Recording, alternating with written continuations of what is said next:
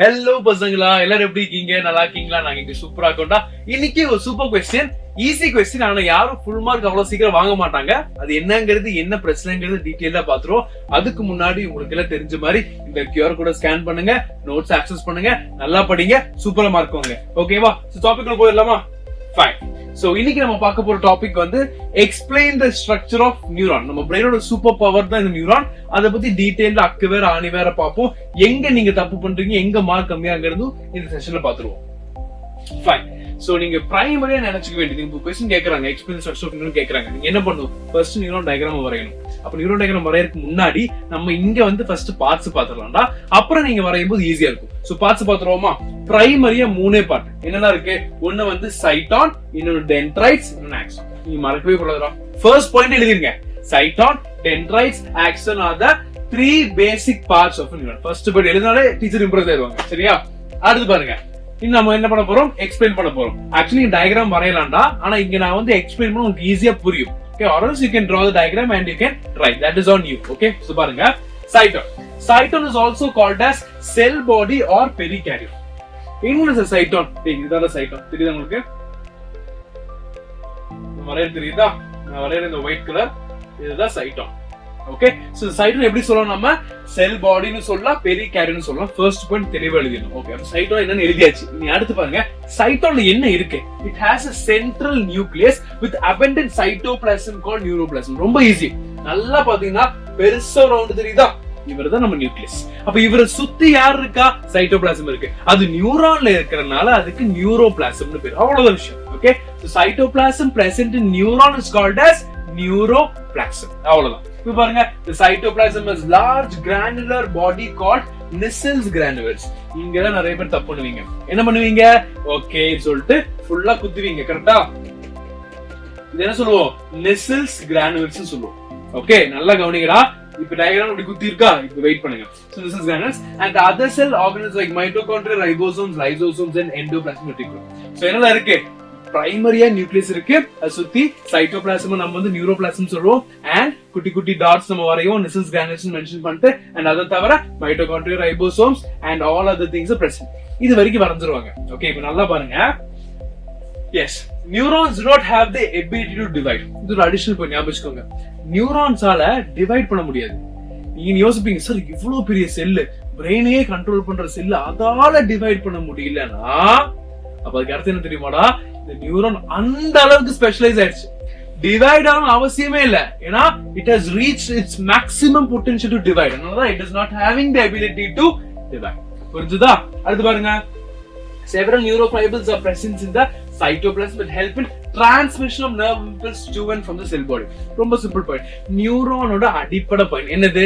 Impulses. இம்பல்ஸ்ங்கிறது signal. அந்த signal வந்து ஒரு நியூரான்ல இருந்து இன்னொரு நியூரானுக்கு அனுப்பி அது வேற ஒரு இடத்துக்கு போய் இந்த மாதிரி நடக்கிறதுக்கெல்லாம் என்ன தேவைப்படுது? நியூரோஃபைபிள்ஸ். சில குட்டி குட்டியா கூட ஃபிகர்ஸ் தேவைப்படுது. இது இந்த மாதிரி இருக்கும் பாத்தீங்களா? இது எல்லாமே. சோ அத வந்து டீடைலா பார்ப்போம். ஓகே, சோ இது வரைக்கும் எல்லாத்துக்கும் புரிஞ்சுதா? ஈஸியா இருக்கா? இங்க தாண்டா மாட்டுவீங்க. டென்ட்ரைட்ஸ். நல்லா பாருங்க, நீங்க டயகிராம் வரையும் போது நீங்க அழகா வரைஞ்சிருவீங்க, எல்லாம் சூப்பரா வரைஞ்சிருவீங்க. எங்க தப்பு பண்ணுவீங்க? நல்லா பாருங்கடா. இது வரைஞ்சிருவீங்க, இது வரைஞ்சிருவீங்க, இது வரைஞ்சிருவீங்க, இது வரைஞ்சிருவீங்க, இது வரைஞ்சிருவீங்க, இது வரைக்கும் வரைஞ்சிருவீங்க. ஓகே, சென்டர்ல என்ன பண்ணுவீங்க? நியூக்ளியஸும் போட்டுருவீங்க. நியூக்ளியஸ் நான் கொஞ்சம் ஜாஸ்தியா போட்டா குட்டி நியூக்ளியஸ் போட்டுருவீங்க. ரிசல்ட்ஸ் வேணும் வரைஞ்சிருவீங்க. நீங்க திரும்ப மாட்டுவீங்க, இந்த இடத்துல மாட்டுவீங்க, இப்படி போட்டுருவீங்க. இப்படி போட்டீங்கன்னா கண்டிப்பா உங்களுக்கு ஃபுல் மார்க் கிடைக்காதுடா. கண்டிப்பா உங்களுக்கு ஃபுல் மார்க் கிடைக்காது. ஏன் தெரியுமா? நான் இப்ப இந்த பாயிண்ட் எக்ஸ்பிளைன் பண்றேன், அப்ப உங்களுக்கே புரிஞ்சு. நல்லா பாருங்க, dendrites. These are the numerous branch cytoplasmic processes that projects from the surface of the cell body. நல்லா பாருங்க, இந்த செல் பாடிங்கிற இந்த சைட்டோனோட சர்ஃபேஸ்ல இருந்து ப்ரொஜெக்ட் ஆயிருக்கிறது யாரு? இந்த சைட்டோபிளாஸ்மிக் processes called dendrites. அதே சைட்டோபிளாஸ்மிக் processes உள்ள சைட்டோபிளாசம் இருக்கா? சைட்டோபிளாசம் எக்ஸ்டெண்ட் ஆகுது. அதாவது சைட்டோபிளாஸ்மிக் processes. அவ்வளவுதான். They conduct nerve impulses towards the cytoplasm. ரொம்ப ரொம்ப முக்கியமான பாயிண்ட். இந்த பாயிண்ட் எழுதணும்னா கண்டிப்பா மார்க் வராது. Very important. டென்ட்ரைட்ஸ் நீங்க ஒரு சட்டம் எழுதி இருக்கீங்கன்னா இந்த பாயிண்ட் நீங்க எழுதியே ஆகும். ஓகே, என்ன பண்றாங்க? இந்த சிக்னலை வந்து நேரா சைட்டானுக்கு அனுப்பு. Towards the cyton. ரொம்ப முக்கியம்டா. அப்ப என்ன அர்த்தம்? சைட்டான்ல இருந்து சிக்னல் டென்ட்ரைட்ஸ்க்கு போகாது. Okay, very clear. சைட்டான்ல இருந்து சிக்னல் டென்ட்ரைட்ஸ்க்கு போகாது, டென்ட்ரைட்ஸ் இருந்து சிக்னல் சைட்டானுக்கு வரும். அதான் விஷயம். Okay, so always towards the cyton. So dendrites இருந்து towards the cyton signal அனுப்ப போறோம். The branch position increase the surface area for receiving the signals from other nerves. Okay, so இந்த மாதிரி branch இருக்கனால ஈஸியா எனக்கு சிக்னல்ஸ் வாங்கி அனுப்ப முடியும். இப்போ நல்லா பாருங்க, நான் சொல்றேன் டயகிராம் எந்திரிமா தப்பு. நீங்க இந்த ப்ராசஸஸ் நான் இங்க வரைஞ்ச மாதிரி வரைஞ்சீங்கன்னா மறந்துட மாட்டாங்க. அப்படி எல்லாம் வரைஞ்சிட்டு இருக்கீங்க. எப்படி வரையணும்? இந்த மாதிரி வரையணும். ஓகே, நீங்க நல்லா கேப் விட்டு வரையணும். இந்த இடத்துல அழகா வரையறதோ இல்ல எப்படி சொல்றது ஷேப்பா வரையறது விஷயம். அந்த ஸ்பேஸ் இருக்கணும். டென்ட்ரைட்ஸ்ல ஸ்பேஸ் இருக்கணும். தெரியுதா? எதுக்கு சார் இந்த ஸ்பேஸ்? நல்லா ஞாபகம் வச்சுக்கோங்கடா. இது ஒரு அடிஷனல் டிப் ஞாபகம் வச்சுக்கோங்க. டாப்பர்ஸ்க்கு மட்டும் தெரிஞ்ச ஒரு சீக்ரெட்ஸ் கேட்டுக்கோங்க. நீங்க இங்க குத்துறீங்களா நிசில்ஸ் கிரானுல்ஸ், அந்த நிசில்ஸ் கிரானுல்ஸ் வந்து சைட்டான்ல மட்டும் இல்ல டென்ட்ரைட்ஸ்லயும் இருக்கு. சோ நீங்க என்ன பண்ணணும்? அந்த குத்தை இங்கேயே போடணும். ஓகே, சோ நிசில்ஸ் கிரானுல்ஸ் வந்து எங்க இருக்கு? சைட்டான்லயும் இருக்கு, டென்ட்ரைட்ஸ்லயும் இருக்கு. இத மறந்துடாதீங்கடா. இத போட்டீங்கன்னா கண்டிப்பா ஃபுல் மார்க் வந்துரும். அந்த டயகிராம்ல இருந்து மார்க் எடுக்கவே முடியாது. நீங்க ப்ராப்பரா வரைஞ்சு ஸ்ட்ரக்சர்ல போட்டு பார்ட்ஸ்ல மார்க் பண்ணிட்டீங்கன்னா, இந்த நிசில்ஸ் கிரானுல்ஸ் கரெக்டா நீங்க டென்ட்ரைட்ஸ்லயும் கொடுத்துட்டீங்கன்னா ஃபுல் மார்க் வந்துரும். அதை வந்து தடுக்கவே முடியாது. சரியா? ஃபைன். இது ஈஸியா புரிஞ்சுட்டீங்களா? அடுத்து பாருங்க ஆக்சான். ஓகே, சோ சைட்டான் முடிச்சாச்சு, டென்ட்ரைட்ஸ் முடிச்சாச்சு. அப்படியே நீளமா வர டியூப் பேர் தான் axon. So axon is a single elongated slender ரொம்ப தின்னான projection. The end of axon terminates as fine branches which terminates into knob-like swelling called synaptic knobs. என்ன சொல்றீங்க? இந்த axon நல்லா பாருங்க. இந்த axon அப்படியே வருதா? அப்படியே வருது. இங்க இருந்து என்ன ஆகுது? சில branches மாதிரி வருது. ஓகே, இந்த பிரான்ச்சஸ்ல வந்து எங்க முடியுது? ஒரு பால் லைக் ஸ்ட்ரக்சர்ல முடியுது. பேர் தான் சினாப்டிக் நாப்னு சொல்லுவோம். Okay, what you call it as? You call it as synaptic. பாத்தீங்களா? சினாப்டிக் நாப்ங்கிற ஸ்ட்ரக்சர் மூலமா தான் இந்த ஆக்சான் அப்படியே வந்து எண்ட் ஆகுது. Fine. The plasma membrane of axon is called axolemma. Another important point. ஞாபகம் வச்சுக்கோங்க. என்ன சொல்றாங்க? டேய், நமக்கு எல்லாத்துக்குமே பிளாஸ்மா மெம்பரேன் இருக்குடா. சோ ஆக்சான்ல ஒரு பிளாஸ்மா மெம்பரேன் இருக்குன்னா அது பேர் ஆக்சோலெமா. ஓகே, நம்ம எப்படி சைட்டோபிளாசம் இன் நியூரான் நியூரோபிளாசம் பார்த்தோமோ அதே மாதிரி பிளாஸ்மா மெம்பரேன் இன் ஆக்சான் ஆக்சோலெமான்னு சொல்லுவோம். ஓகே, மறந்துடாதீங்க. while the cytoplasm is called axoplasm. நீங்க கெஸ் பண்ணிப்பீங்க கரெக்ட்டா? நியூரோபிளாசம், ஆக்சோபிளாசம், இது எல்லாமே சைட்டோபிளாசம். அவங்க இருக்கிற ஒரு லொகேஷன் பொறுத்து அந்த பேரு வேரி ஆகுது. So it carries impulses away from the cytoplasm. அவ்வளவுதான்டா. நீங்க எப்படி டென்ட்ரைட்ஸ்க்கு ஒரு முக்கியமான பாயிண்ட் சொல்லணும், அதே மாதிரி சைட்டான் எழுதுனீங்கன்னா இந்த பாயிண்ட் எழுதிருக்கீங்க. இல்ல மார்க் அடிச்சுட்டுருவாங்க. ஓகே, என்ன சொல்றாங்க? It carries impulses away from the cyton. டேய், அப்ப சைட்டானுக்கு சிக்னல் அனுப்புறது யாரு? டென்ட்ரைட்ஸ். அப்ப சைட்டானுக்கு சிக்னல்ஸ் எங்க போகுது? ஆக்சானுக்கு போகுது. கிளியர்? அப்ப சைட்டானுக்கு ஆக்சான்ல இருந்து சிக்னல் போகுமா? போகாது. டென்ட்ரைட்டுக்கு சைட்டான்ல இருந்து சிக்னல் போகுமா? போகாது. அப்ப ஆக்சான் சிக்னல் எப்படி போகும்? சைட்டான்ல இருந்து போகும். சைட்டானுக்கு எப்படி வரும்? டென்ட்ரைட்ல இருந்து வரும். இவ்வளவுதான்டா விஷயம். இத மட்டும் கரெக்டா எழுதிட்டீங்கன்னா இது வரைக்கும் எழுதுறதுக்கு கண்டிப்பா ஃபுல் மார்க் வந்துரும். சரியா? பாருங்க பாருங்க. ஆக்சான்ஸ் மே பி, அப்ப இந்த ஆக்சான்ல சில ஸ்பெசிஃபிகேஷன் இருக்கு. So it may be covered by a protective sheath called myelin sheath. ஒண்ணும் இல்ல, நல்லா பாருங்க. உங்களுக்கு இந்த ஆக்சான் இருக்கா? இந்த ஆக்சானை சுத்தி என்ன ஆகும்னா இந்த மாதிரி ஷீத் இருக்கும். ஓகே, என்ன இருக்கும்? இந்த மாதிரி ஒரு ஷீத் இருக்கும். சோ இந்த ஷீட் என்ன சொல்லுவோம்னா மைலின் ஷீட். அது ஒண்ணு ஃபேட் தான். ஓகே, ஃபேட் தான். அது என்ன ஆகுது? ஒரு ஷீட் மாதிரி கவர் ஆயிருக்கு. நான் எப்படி ஜாக்கெட் போட்டுக்கணும் அதே மாதிரி இது சுத்தி ஜாக்கெட் இருக்கு தான் myelin sheet, which is further covered by a layer of Schwann cells called neurilum. அப்ப அந்த ஷீட் சுத்தி இன்னொரு லேயர் இருக்கு. அவனுக்கு யாரு? Schwann cells. ஓகே, அந்த Schwann cells என்ன சொல்றாங்க?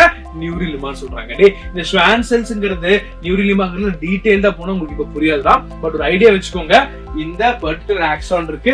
ஆக்சானை சுத்தி என்ன இருக்கு? மைலின் ஷீத் இருக்கு. இந்த மைலின் ஷீத்ல மேலாப்ல இருக்கிற அவுட்டர் மோஸ்ட் லேயர் நீங்க யாரை கன்சிடர் பண்ணலாம்? Schwann cellsங்கிற நியூரிலிமாவை கன்சிடர் பண்ணலாம். அவ்வளவுதான் விஷயம். இத மட்டும் ஞாபகம் வச்சுக்கோங்க. ஓகே, 12th நீங்க நியூரிலிமானா என்ன, Schwann cellsனா என்ன, அதுக்கு இதுக்கு என்ன ப்ராப்பர்ட்டி எல்லாமே டீடைலா பார்க்கலாம். சரியா? So myelin sheath breaks at intervals by depressions called nodes of membrane. இந்த டயகிராம் நல்லா பாருங்க. இந்த ஸ்பேஸ் தெரியுதா உங்களுக்கு? இங்க ஒரு ஸ்பேஸ், இங்க ஒரு ஸ்பேஸ், இங்க ஒரு ஸ்பேஸ். What is that? அப்ப இந்த myelin sheath கண்டினியூஸா இல்லன்னு அர்த்தம். டிஸ்கண்டினியூஸா இருக்கு, இடையில பிரேக் இருக்கு. அந்த பிரேக் பேர் தான் nodes of Ranvier னு சொல்லுவோம். Okay, nodes of runway. So the region between the nodes is called internode. Myelin sheath act as insulator and ensures rapid transmissions. Very important point. சில பேருக்கு தெரியாத பாயிண்ட். myelin sheath வந்து என்னவா எதுக்கு sir அது இருக்கு? ஒரு சிக்னல் வந்து நியூரானுக்கு இங்க வருது. ஓகே, அப்ப இங்க இருந்து வர சிக்னல் அப்படியே டிராவல் இங்க வரணும். இப்ப அந்த இடத்துல myelin sheath இருக்குன்னா ரொம்ப ஃபாஸ்டா சிக்னல் போயிடும். என்ன சார் சொல்றீங்க? myelin sheath இன்சுலேட்டர்ங்கறீங்க, ஃபேட்ங்கறீங்க, அப்ப எப்படி சார் போகும்? myelin sheath இல்லன்னு வெயி ஒன்னொன்னா ஏறி போகணும். இப்ப myelin sheath இருக்கனால இது இன்சுலேட்டர் தானே, அப்ப என்ன பண்ணி ஆகணும்? இன்சுலேட்டரால பாஸ் பண்ண முடியாது, அப்ப இங்க வர சிக்னல் ஜம்ப் அடிச்சே ஆகணும். ஓகே, அப்ப அடுத்த இங்க வந்து சிக்னல் என்ன பண்ணும்? திருப்பி இங்க ஜம்ப் அடிக்கணும். ஜம்ப் அடிச்சு வரும்போது ரொம்ப ஃபாஸ்டா வந்துடும். அதுவே myelin sheath அங்க இல்லன்னு வைப்போம், அப்ப என்ன ஆகும்? அப்படியே ஃபுல்லா ஒன்னொன்னா பொறுமையா அப்படி வரும். அவ்வளவுதான விஷயம், புரிஞ்சுதா? So myelin sheath acts as insulator which helps in the rapid transmission of the signal. Yes, and synapse பாருங்க, junction between synaptic knob of axon of one neuron and dendron of other neuron. ஒண்ணும் இல்ல, இது நம்ம வந்து synaptic knob படிச்சோமா, ஞாபகம் இருக்கா? அந்த axon அப்படியே end ஆகி இருக்கணும். அதுவும் dendrites இன்னொரு பக்கம் இருக்கும். ஓகே, சோ அப்படி இருக்கும்போது அந்த ரெண்டு பாயிண்ட் வரக்கூடிய இந்த கேப் என்ன சொல்றாங்க? synapse சொல்றாங்க. எதுக்கு சார் யோசிச்சு பாருடா. இங்க வந்து இது வந்து dendrites, ஓகே, இது சைட்டான், இது வந்து நேரா என்னது ஆக்சான், இங்க வந்து imagine there is endings and synaptic knob.